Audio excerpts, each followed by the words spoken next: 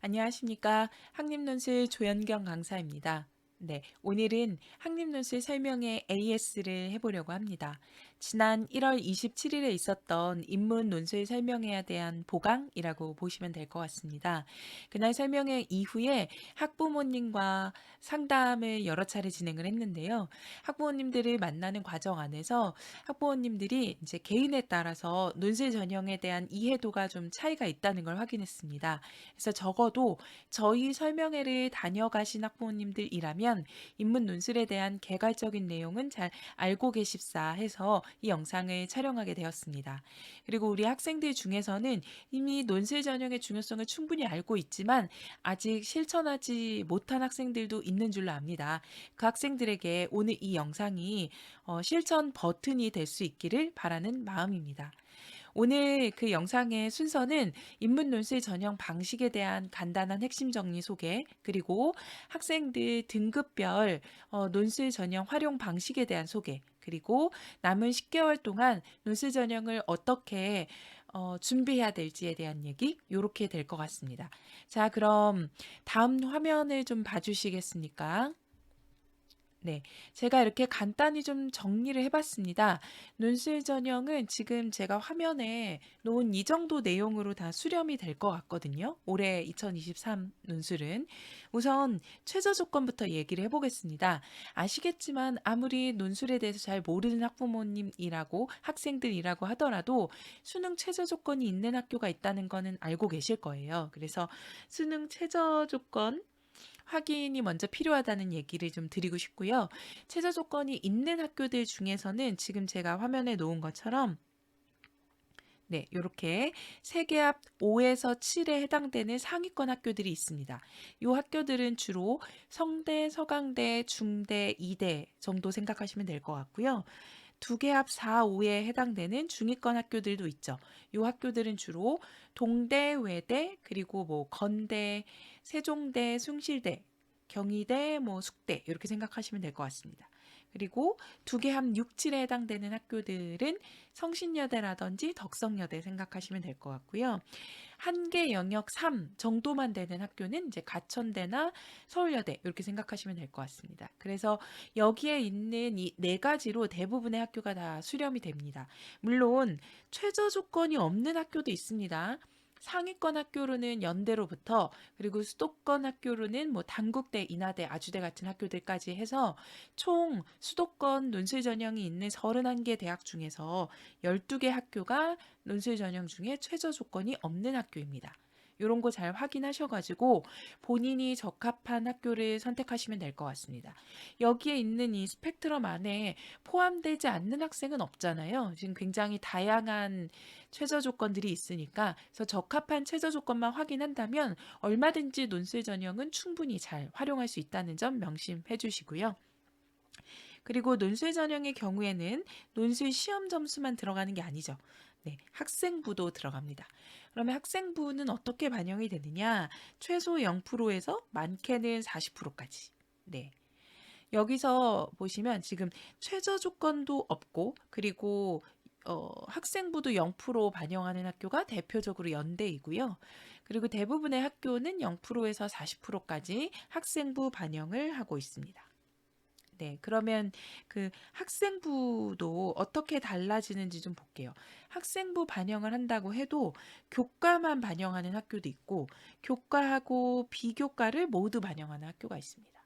그리고 또 비교과를 반영한다고 하는 학교 중에서도 출석만 반영한 학교가 있어요. 그리고 또 어떤 학교는 출석과 봉사까지 반영하는 학교가 있죠. 근데 이 출결이나 봉사 같은 경우에는 특히 출결은 뭐 1년에 3번 이상 무단결석하지 않으면 다 만점이고요. 봉사는 학교에서 하는 기본적인 것만 해도 다 만점입니다. 그래서 학생부 반영 중에서 비교과에 출결이나 봉사까지만 나와 있는 학교들은 사실 비교과는 주는 점수라고 보시면 될 것 같고 그리고 이제 출결, 봉사, 수상까지 반영하는 학교가 있습니다. 이 학교는 한양대가 유일합니다. 네.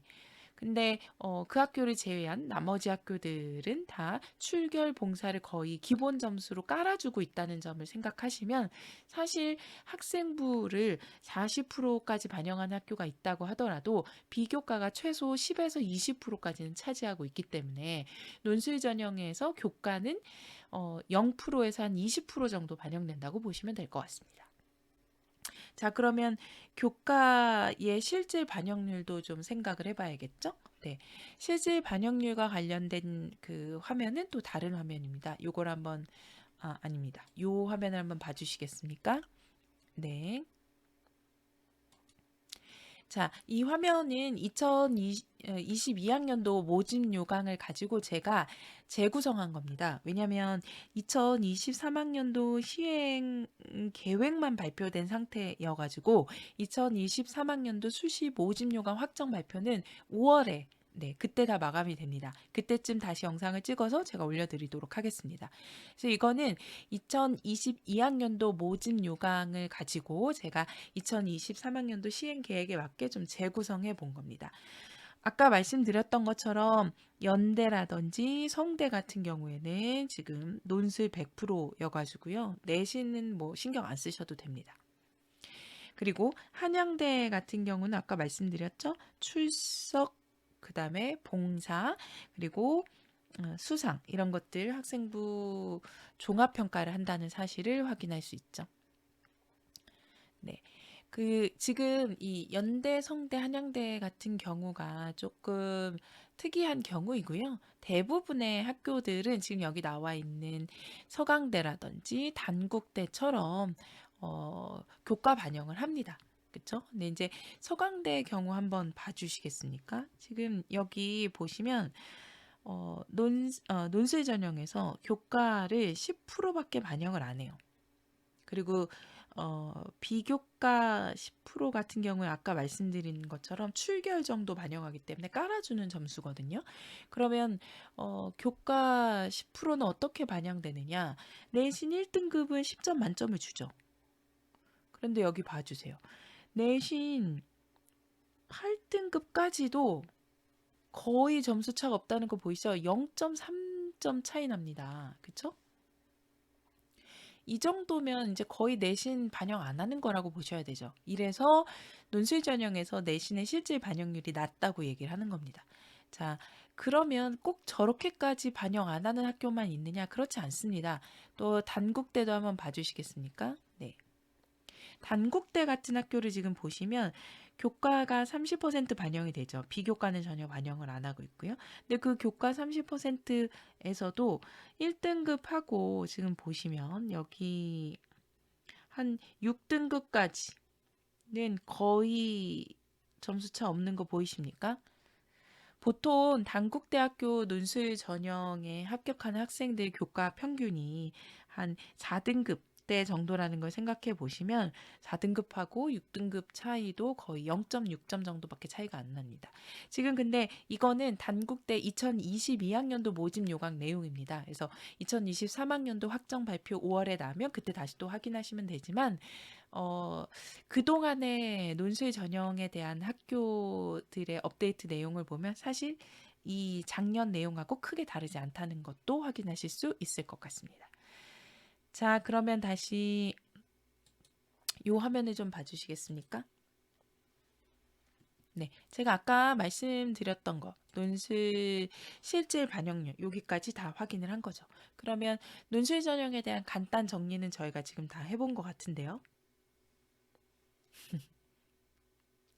네, 이 내용들을 다음에 화면에서 다 확인해 보실 수 있을 것 같습니다.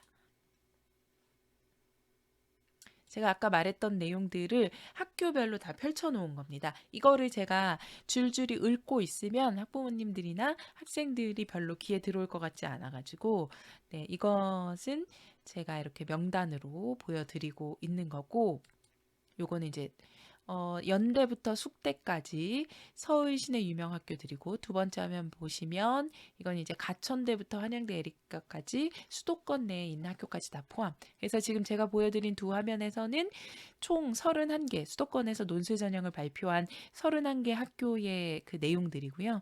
말씀드렸던 것처럼 이거는 시행 계획, 네, 시행 계획입니다. 수시 모집 요강 확정 발표는 이제 5월 말에 있다고 여러 번 말씀드렸죠. 그러니까 그때 다시 한번 확인해 보시면 될 것 같습니다. 자, 그러면 논술 전형에 대한 대략적인 결과는 좀 확인하셨을 것 같고, 지금 제가 화면에 띄워드린 내용들은 설명해 오셨던 분들은 그 학립 논술 사용 설명서라든지 로드맵 나눠드렸던 자료에 다 들어가 있고요. 그날 설명에 못 오셨던 분들은 희망하는 학교 홈페이지에 들어가 보시면 다 확인하실 수 있습니다. 자, 그럼 이제 요것도 봐주시겠습니까? 중요한 내용입니다. 오늘 얘기 중에. 내신 등급별로 논술 전형을 어떻게 활용할지와 관련된 내용입니다. 그날 저하고 상담하셨던 분들 중에 이제 설명회 끝나고 상담하셨던 분들 중에 그리고 설명회 후속 상담도 했었거든요. 예약하신 분들에 한해서 저희가 상담을 진행을 했었는데 그때 내신 1등급대인 학생들 학부모님들도 있었습니다. 제가 그분들에게는 그날도 말씀드렸지만 교과와 학생부에 집중하시면 됩니다.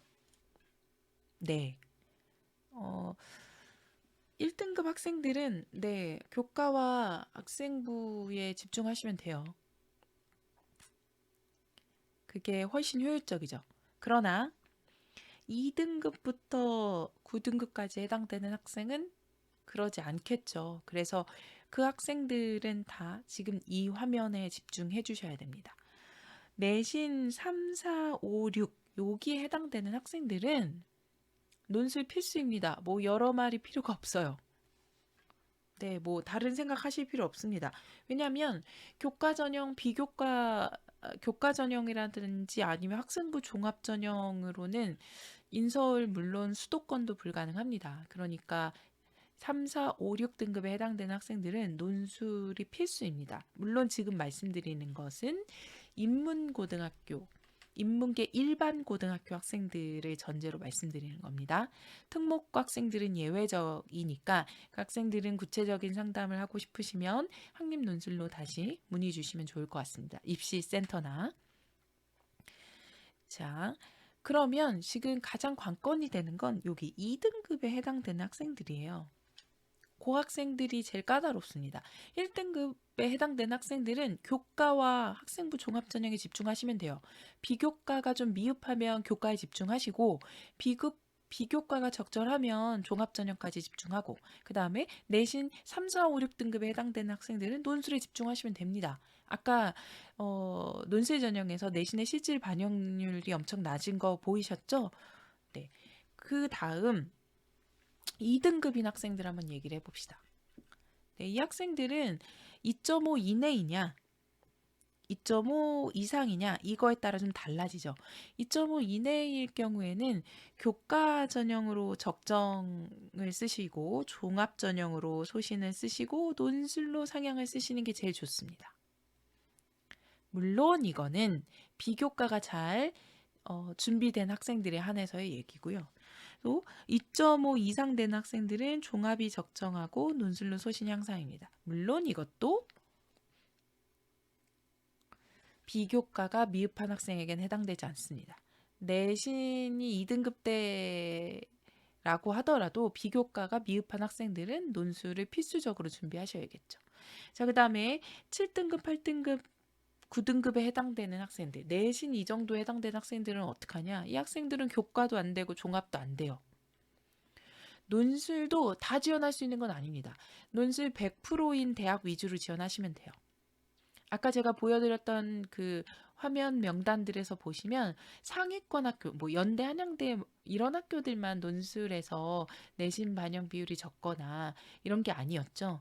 인서울권 학교들에서도 논술 100%인 학교들이 많이 있었습니다. 명쾌하죠? 잘 정리된 것으로 보시고요. 자, 그러면 남은 10개월 동안 우리가 이제 어떻게 논술을 준비해야 될 것인가? 고민하실 필요 없어요. 여러분, 수능 전까지는 주 6일 수능 준비하시면 돼요. 그리고 논술은 주 1회 단 4시간으로 충분합니다. 지금부터 10월까지 매주 단 4시간 논술 준비. 그거면 충분합니다. 다만 3학년 1학기 중간고사 기말고사 기간이 있죠. 네. 그 중간고사 기말고사 기간. 중간고사 기간은 보통 4월 달에 있고 기말고사는 보통 7월에 있잖아요. 네. 그때 그 시험 전으로 한 3, 4주 정도만 내신에 집중해 주시면 됩니다. 근데 이것도 내신 2, 3, 4 정도에 해당되는 학생들의 제한적인 얘기고요. 내신 5, 6, 7, 8인 학생들은 이 내신 기간에도 수능과 논술 준비에 더 비중을 두셔야 합니다. 네. 그렇게 보신다면 11월까지 준비하시는 거에 큰 걱정 없으실 거라고 생각합니다. 논술을 위해서 막 일주일에 두 번, 세 번, 네 번 학원 오고 과제 많고 이러지 않아요. 논술은 단 일주일에 4시간. 그리고 과제라고 해봐야 첨삭받은 내용을 반영해서 다시 쓰기 하는 것 정도. 그거는 한번 써봤던 내용에 대해서 다시 정리하는 거여서 30분 내외 정도의 시간밖에 걸리지 않습니다. 그거면 충분합니다. 그리고 수능 끝나고 이제 수능 다 끝나고 나서 그때서야 매일매일 학원에 와서 연습하시면 됩니다. 근데 이게 가능한 이유는 지금부터 11월 전까지, 즉 10월까지 매주 쓴다는 전제 하에서입니다. 여름방학부터 시작했는데 합격한다 이런 얘기가 아니에요. 네. 제 영상 다시 또 한번 확인하셔서 절대 듣고 싶은 대로 듣지 마시고 정확하게 확인하시기 바랍니다. 네, 그러면 잘 확인하시고 잘 결정하시고 바로 실천하셔서 학원에 연락 주시면 될 것 같고요. 그리고 그 논술 기본편이 2월 5일에 개강합니다. 네, 그러니까 더 지체하지 마시고 영상 확인하셨으면 바로 이번 주말부터 예약 등록하셔서 학원의 문을 두드리시기 바랍니다. 네, 그러면 모든 학부모님과 학생들에게 좋은 결과 있기를 바라면서 오늘 영상은 여기서 마치도록 하겠습니다. 수고 많이 하셨습니다.